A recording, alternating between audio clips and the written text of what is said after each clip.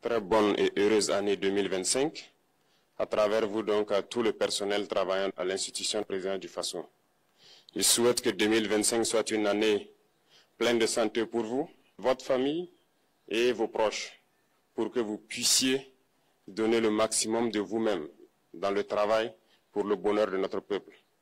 Que 2025 soit une année où vous verrez tous vos projets donc couronnés de succès, de prospérité et surtout que tout au long de l'année, que Dieu guide donc notre action, nous protège et veille sur nous. Je souhaite aussi rappeler à tout un chacun que la lutte contre l'impérialisme doit être donc intégrée dans nos gènes maintenant. Ça doit être une lutte qui se mène de façon implacable et tous les jours. Parce que beaucoup de gens n'ont pas compris ce que c'est que cette lutte jusque-là. Nos vaillantes forces combattantes sont sur le terrain. Ils mènent le combat contre les valets manipulés, ces criminels qui écument nos campagnes tous les jours et tiennent bon pour amener la paix dans notre cher Faso. Autant ils le font, nos masses populaires laborieuses, que sont les agriculteurs, les éleveurs, se battent aussi également pour qu'on puisse atteindre l'autosuffisance alimentaire à travers donc l'accompagnement de tous les techniciens du ministère de l'Agriculture. C'est très important. Et autant qu'eux aussi se battent dans l'administration, nous devrons nous battre pour changer de mentalité. Cette décolonisation mentale, c'est la partie la plus difficile. Et c'est pour ça que nous tenons à vous rappeler constamment qu'il faut changer de mentalité, revenir à nos sources et nous battre. Et c'est ça aussi le combat contre l'impérialisme. Toutes les occasions nous sont offertes pour pouvoir comprendre l'impérialisme, ses manifestations. Quand je prends dernièrement les propos d'Emmanuel Macron sur l'Afrique, eh bien, tout Africain conscient devrait donc comprendre très vite tout ce qu'il a pu nous dire et qu'est-ce que ça signifie. Le général Tchani a dit il n'y a pas longtemps du changement donc de tactique ou de stratégie des forces françaises en Afrique, et je pense qu'il est venu le confirmer. Il s'agit de dissoudre et de garder un dispositif socle. Et Emmanuel Macron l'a si bien dit qu'on ne peut que le remercier pour cette sincérité, même si certains ont voulu mettre la poudre aux yeux de leur population, mais la réalité finit par rattraper aussi. Ils ne partiront pas de certains pays, ils ont juste dissous le dispositif. Vous ne les verrez plus dans des bases, mais dans les ambassades, ils seront là. Ils vont constituer des sociétés de sécurité pour sécuriser leurs sociétés qui existent dans ces pays-là. Mais les soldats seront là, mais vous ne les verrez plus en tenue ou rassemblés dans des bases. C'est tout ce que ça veut dire. Ils vont se réorganiser, mais seront là. Il a parlé de politesse vis-à-vis de certains chefs d'État en leur donnant la primauté d'annoncer donc la rupture ou le départ des forces françaises. Ça nous importe peu, on peut dire, mais tout ce que nous savons, c'est que si vous voulez une rupture avec ces forces impérialistes, c'est simple, on dénonce les accords. Tout commence par là-bas. Et je pense que l'exemple du Tchad, en tout cas, est palpable. Ils ont commencé par dénoncer les accords. Sinon, si on ne dénonce pas les accords, juste dire que les bases quittent, on n'a rien fait. Parce que le problème se trouve dans les accords coloniaux de défense qui ont été signés depuis l'indépendance. Le plus dangereux n'est pas ceux-là que vous voyez dans les bases. Le plus dangereux, ce sont les conseillers militaires. Les conseillers militaires existent dans tous ces pays. Ils ont existé au Burkina aussi jusqu'en fin 2022, jusqu'à ce que nous prenions nos responsabilités. Et qui sont ces conseillers militaires? C'est ceux-là qui sont censés mettre en pratique la politique de la France ici. Ils doivent travailler à rendre nos armées très faibles pour que la France puisse toujours avoir l'argument d'exister ici. Sous Blaise Compaoré, ils avaient réussi. Nos sentinelles prenaient donc la garde avec des bâtons. C'est ça que la France veut de nos armées. Lorsque nous arrivons à cette étape, nous n'avons pas le choix que de vouloir qu'ils viennent s'installer. Mais l'armée burkinabé a réussi à un moment donné à se débarrasser des conseillers militaires. Malheureusement, je pense qu'en 2019, après l'opération Otapouanou, où ces Français ont vu que l'armée burkinabé a encore une capacité de réagir au terrorisme, ils ont appelé le chef d'état-major en France, ils l'ont instruit de reprendre les conseillers militaires dans toute la structure. Eh bien, il n'a pas accepté, mais au retour au pays, les politiques l'ont instruit d'accepter les conseillers militaires. Et c'est là que les conseillers militaires sont revenus dans l'armée burkinabé en 2019.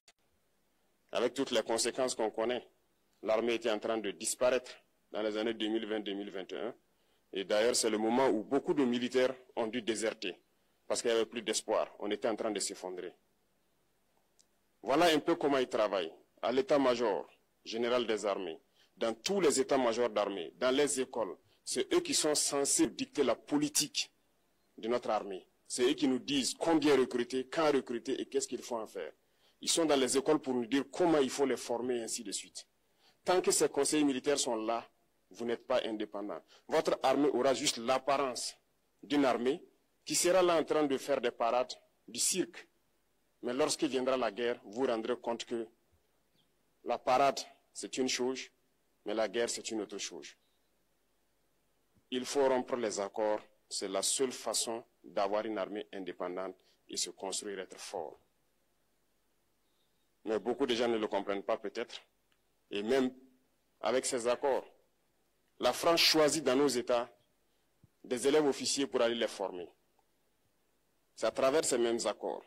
Mais en réalité, ces officiers qui partent se former pour la plupart, pour la France, ils viennent pour servir l'État français dans leur pays. Ils ne viennent pas pour servir nos pays.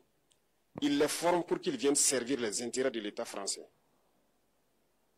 J'en veux pour preuve. Lorsque nous nous sommes révoltés, beaucoup d'officiers au Burkina qui ont été formés en France ont été immédiatement contactés pour leur dire que c'est le moment de se mettre en action parce que vous avez été formés pour ça, pour servir les intérêts de la France.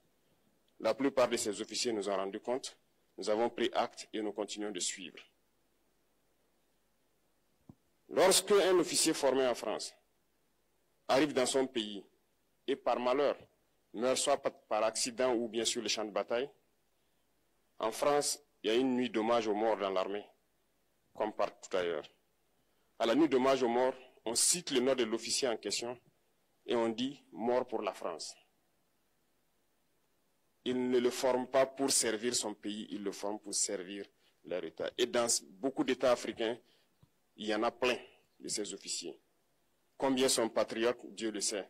C'est une leçon que Emmanuel Macron a donnée encore au chef d'État africain, de se rattraper et de pouvoir vraiment mener cette lutte contre l'impérialisme. Mais en plus de ça, il a aussi insulté tous les Africains dans ses propos.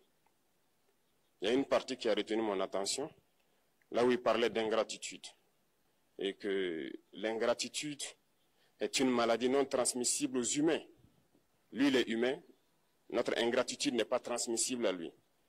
Voilà comment ce monsieur voit l'Afrique, voit les Africains. Nous ne sommes pas des humains à ses yeux. Peut-être que c'est lui qui n'est pas humain, il ne se met pas dans la classe des humains. Mais s'il y a bien un ingrat, c'est bien lui. Je pense que s'il n'est pas athée et qu'il prie, à chaque matin qu'il se réveille et qu'il prie, il devrait aussi prier les Africains. Parce que c'est grâce à nos ancêtres qu'il existe aujourd'hui une France. Il devra nous prier. À ses yeux, nous ne devons pas être des humains, nous sommes plus que des humains. Ce sont des messages très forts qu'il passe. Moi, je pleure le peuple français. Mais quand même, il est bien pour l'Afrique. Il est un mal nécessaire pour nous. Ceux qui veulent se réveiller, se réveillent. Ceux qui ne veulent pas se réveiller, comme on le dit, on ne peut pas réveiller quelqu'un qui ne dort pas. Les Africains doivent se réveiller. Nous devons travailler à être indépendants, à faire au moins ce que nos peuples connaissent le bonheur. Et la lutte contre l'impérialisme, c'est ça. Il faut décoloniser les mentalités, prendre en compte toutes ces données-là, parce que le monde nous donne tellement d'exemples à voir. Pour eux, il n'y a pas de morale.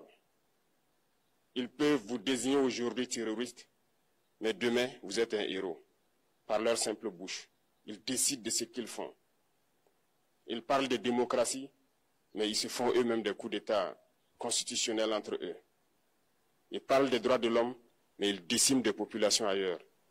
L'Africain doit se réveiller, l'Afrique doit se réveiller.